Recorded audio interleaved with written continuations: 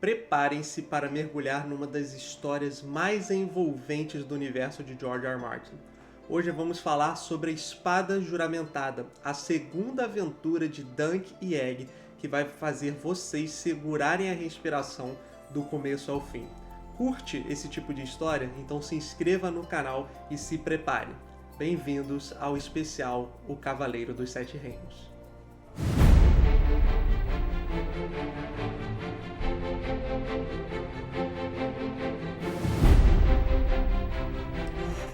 Olá pessoal, bem-vindos de volta à nossa playlist, ao nosso especial Cavaleiro dos Sete Reinos, onde eu resumo e comento sobre cada um dos contos que o George R. R. Martin escreveu sobre essa icônica dupla que nós acompanhamos e nós vemos também como o George R. R. Martin pode escrever em diferentes estilos.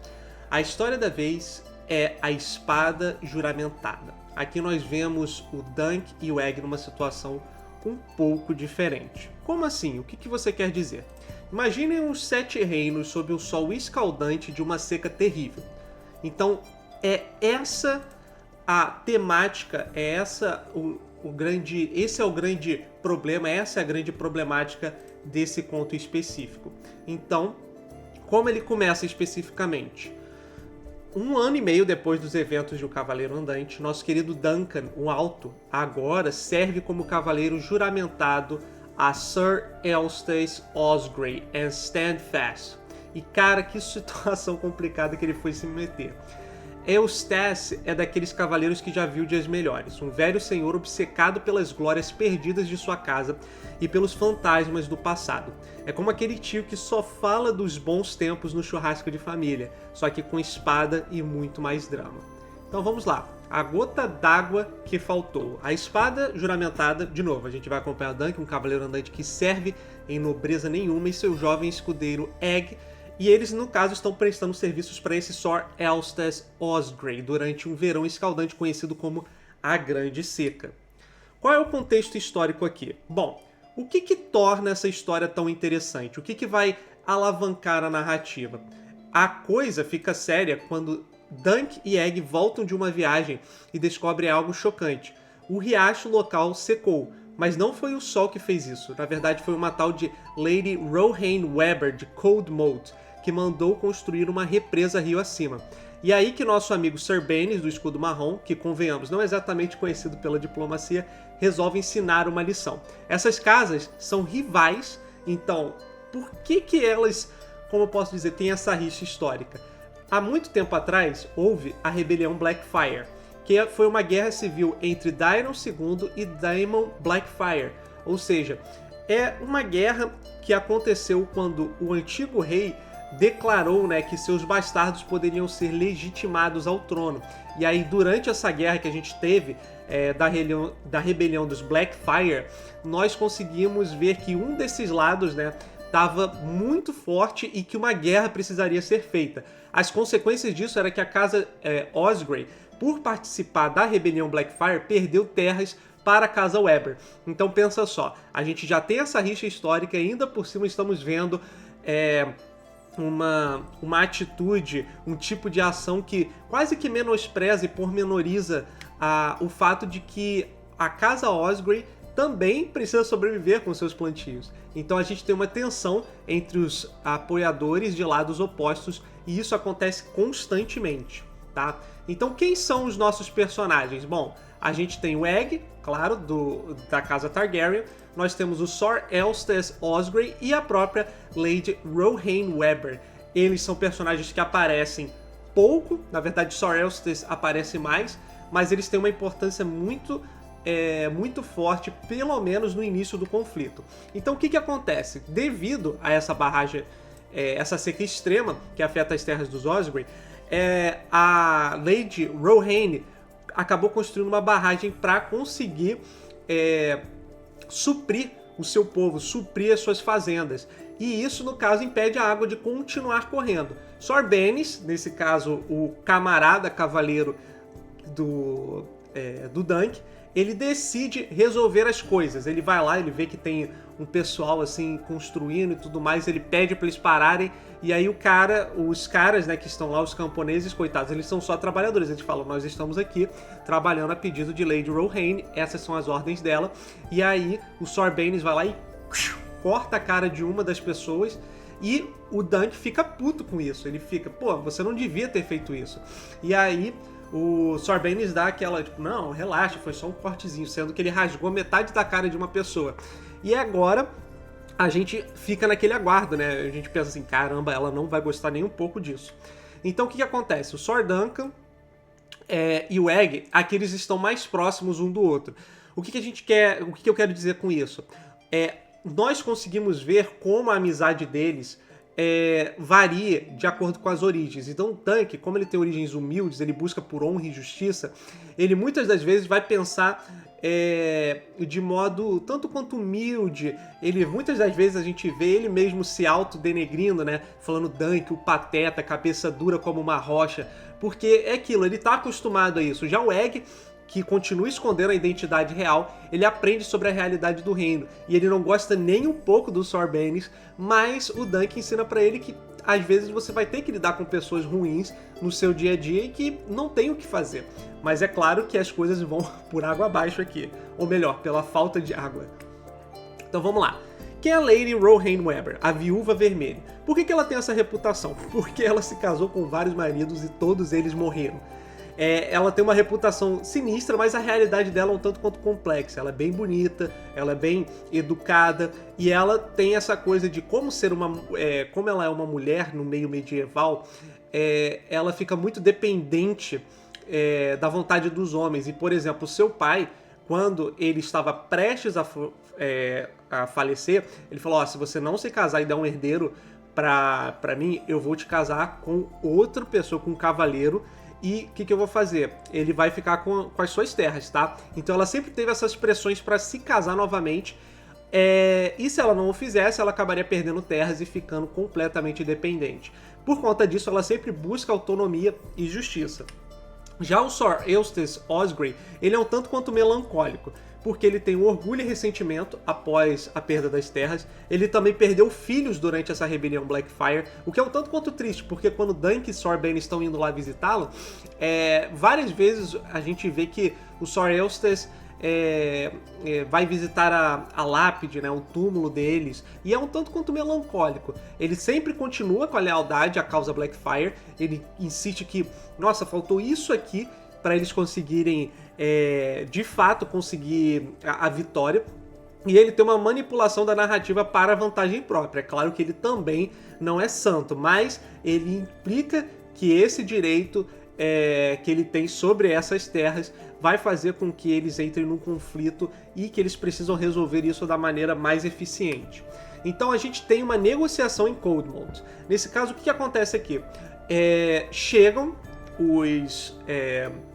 os cavaleiros, os donos de terra, né, por assim dizer, eles têm meio que essa negociação, mas antes o Sir Eustace, ele vê que provavelmente ele vai precisar entrar em algum tipo de conflito armado com a Lady Rohanne. Então ele e o Sorbanes vão atrás de vassalos, ou seja, basicamente os fazendeiros que ficam ao redor das casinhas e tudo mais, das fazendinhas, e para buscar ajuda, para treiná-los, para eles se prepararem para um possível combate. Só que o Sir Eustace, enquanto o Sorbanes está lá treinando eles, o Dunk percebe claramente que não vai ser suficiente. E aí o Sir Eustace Osgrey envia o Dunk como emissário para poder negociar com a Rohanne. Então, no meio dessa negociação, ele descobre, né, o Dunk, ele vai salientar, pessoal, o Dunk é muito humilde, ele nem mesmo sabe ler. Então ele descobre que as terras disputadas legalmente pertencem, na verdade, aos Webb, e a Lady Rohanne recusa o acordo pacífico sem punição exemplar. Então a gente tem as revelações sobre as pressões pessoais que ela está sofrendo, a gente também tem as políticas da Rohanne, que também são aliadas à coroa, mas a gente tem essa coisa de que enquanto o Osgrey não tiver a água necessária, a gente pode ter um sangue derramado à toa, por assim dizer. Então é isso, existe essa pressão contínua, existe essa pressão clara, e quando Dunk volta para para a sua casa, né, para a casa do seu serviçal, ele acaba descobrindo, né, tá tendo um incêndio e tudo mais, mas ele acaba descobrindo que, na verdade, o Osborn participava dessa casa, né, dessa rebelião Blackfire. E o escudeiro dele, que é o Egg, nesse caso ele imagina, o seu escudeiro faz parte de uma das casas mais honrosas dos Sete Reinos, e aí você descobre que você está servindo, na verdade, um rebelde. Então o Dunk fica puto com isso. Claro que existe uma troca de acusações, porque o que acontece? Nesse meio tempo, há um incêndio suspeito no bosque de Watt, que aumenta as tensões, e o Sor Eustace acusa a Lady Rohanne de incendiar tudo. Então o Eustace começa a falar, não, a gente vai pra guerra, que não sei o quê, e vai tudo acontecer do jeito que tem que ser, vamos batalhar e tudo mais. E há uma reunião dos exércitos juntos ao leito seco do rio Chi-Kai Water, ok? Então, ó, o que acontece? Há um duelo, mas antes desse duelo acontecer, é algo muito interessante, porque o Dunk, ele meio que descobre que o Sor Eustace fazia parte dessa casa rebelde, né? Ele não tinha ciência até o momento. Mas depois, ele começa até a pensar assim, nossa, e tem um massacre, eu jurei lealdade pra ele. Ele até cogita em desistir. E o que acontece depois? Ele propõe, né, pra chegar a um acordo, né? Ele vai em direção a ela, a esse encontro entre os dois, e ele propõe um duelo singular para evitar o massacre. Ele também revela muito, assim, de maneira muito sutil, a identidade do Egg, porque basicamente o Egg tem uma das botas do Egg tem um tipo de brasão de símbolo, esqueci o nome, mas assim, tem um símbolo que é justamente da casa Targaryen, que se ele revelar, é basicamente todo mundo ali, ele consegue, com a autoridade da casa Targaryen, fazer a ordem. Mas mesmo assim, ela fala, né, que inclusive há um pretexto até honroso, um pretexto nobre para toda essa ocasião. E aí a Lady Rohanne fala, né, você é tão honrado que se eu pudesse eu me casaria contigo. E aí o Dunk começa a ter inclusive esse romance com ela, mas não tem jeito. Eles precisam duelar para definir esse impasse, e o Dunk oferece sangue próprio como compensação. Chega um momento que ele fala assim, a Lady Rohanne, ela tá disposta a oferecer de novo o riacho, mas ela falou assim, ó, é o seguinte, eu preciso de punição porque vocês machucaram um dos meus vassalos. E aí o Dunk faz isso, né? Ele corta o próprio rosto, e aí quando ela meio que se apaixona por ele, se apaixona pela atitude cavaleiresca dele. E a gente tem, de novo, a prova de que no cenário de As Crônicas de Gelo e Fogo, há pessoas boas. O Dunk é uma pessoa genuinamente boa, isso que torna tão interessante. Mas é lógico que o duelo tem que acontecer de um jeito ou de outro, e ele é feroz, tá? Ele acontece no meio do riacho, tem porradaria, e aí eles caem do cavalo e ao mesmo tempo começa a se afogar, e tem a porradaria pra tudo quanto é lado, mas eventualmente o Dunk vence, só que ele acaba se afogando mesmo. Não morre, mas ele se afoga. E aí o que acontece? O Dunk vence duelando nas águas do fosso, ele tem o reconhecimento da própria a Lady Rohanne tem o reconhecimento da derrota, e a barragem é destruída, e assim as águas retornam para as terras do Osberry. Só que o que acontece? Ele acaba apagando, né? Ele fica tão...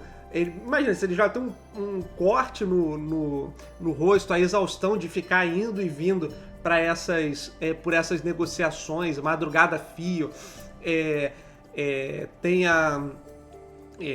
durante esse duelo, durante toda essa empreitada, né, o Sor Bennis acaba ficando no lar do Sor Osgrey, né, para poder defender caso houvesse um conflito mais sério, então ele meio que foge, acaba roubando tudo. O Dunk fica puto com isso depois quando ele descobre, né? Mas ele só vai descobrir isso tudo quando ele acordar, porque ele acaba ficando, de novo, muito ferido e ele acaba ficando meio que num coma. E aí quando ele acorda, né, ele pensa assim, nossa, o que tá acontecendo? E os caras veem que um dos mestres lá, ele fala assim, ó, é o seguinte, a Lady Rohan e o Sor Eustace se casaram, né? Porque a Lady Rohan, ela tinha ela era encantada, ela era realmente apaixonada por um dos filhos do Sor Eustace, que morreu durante a rebelião Blackfyre. Então, meio que eles têm uma conversa para selar essa paz. E a gente não sabe o que eles conversaram, mas foi o suficiente para selar um tratado, inclusive um casamento entre os dois. Então a gente tem essa união matrimonial como solução diplomática, o retorno da paz às terras de ambas as casas e tanto o Dunk quanto o Egg ganham reconhecimento e gratidão, principalmente pela Lady Rohan. Então nesse meio tempo, né, a Lady Rohan quer saber, nossa, você me ajudou muito, você evitou o massacre, o que você quer de presente, né? O que você quer como recompensa? Ela oferece ele um cavalo, né? É uma montaria, mas ele só pede para ela duas coisas, né? Levar uma trança e acaba dando um beijo apaixonado. Então é muito interessante como a gente tem essa história clássica de trovadorismo, né? Em que o cavaleiro honroso ele se apaixona pela mulher inalcançável, da nobreza inalcançável, e ele continua com a sua viagem com o seu escudeiro Egg. A gente tem a conclusão em Novos Rumos. Nesse caso, Dunk e Egg eles recusam a oferta para ficar em Coldmoat, porque Rohan e Eustace gostam tanto deles que eles pensam assim, por que você não serve a gente? Por que você vai ficar andando por aí dependendo de outras casas? Fica aqui com a gente que a gente vai te dar dinheiro, a gente vai te dar comida. Enfim, ainda assim ele recusa e eles partem rumo ao norte em busca de novas aventuras, porque o Egg quer muito conhecer a muralha. Claro que ele também está disposto, né, ao longo dessa empreitada, a caçar o Sor Benes, isso mesmo, o Sor Benes que meteu o pé durante essa problemática que houve, essa confusão, então, e ele roubou várias coisas, inclusive. Então o Dunk está disposto a ir atrás do Sor Benes também. E aqui a gente tem uma reflexão, né, sobre honra, justiça e escolhas pessoais. Esse conto é muito interessante e, de novo, é a prova de que George R. R. Martin sabe escrever histórias com bastante heroísmo quando ele quer. Existe essa crítica que muitos fazem, né, que eles não sabem escrever histórias que há um lado bom e um lado ruim, ou que essas histórias são pormenorizadas, são inferiorizadas pelo autor, mas quem lê o Cavaleiro dos Sete Reinos descobre que isso é uma balela, ele sabe sim escrever esse tipo de histórias. Então, eu espero que vocês tenham gostado, eu gosto muito dessa série, espero que tenha mais contos no futuro, mas por enquanto a gente tem esses três e eu vou falar desses três para vocês. Esse foi o segundo conto e eu vejo vocês em breve em mais um vídeo. Até mais!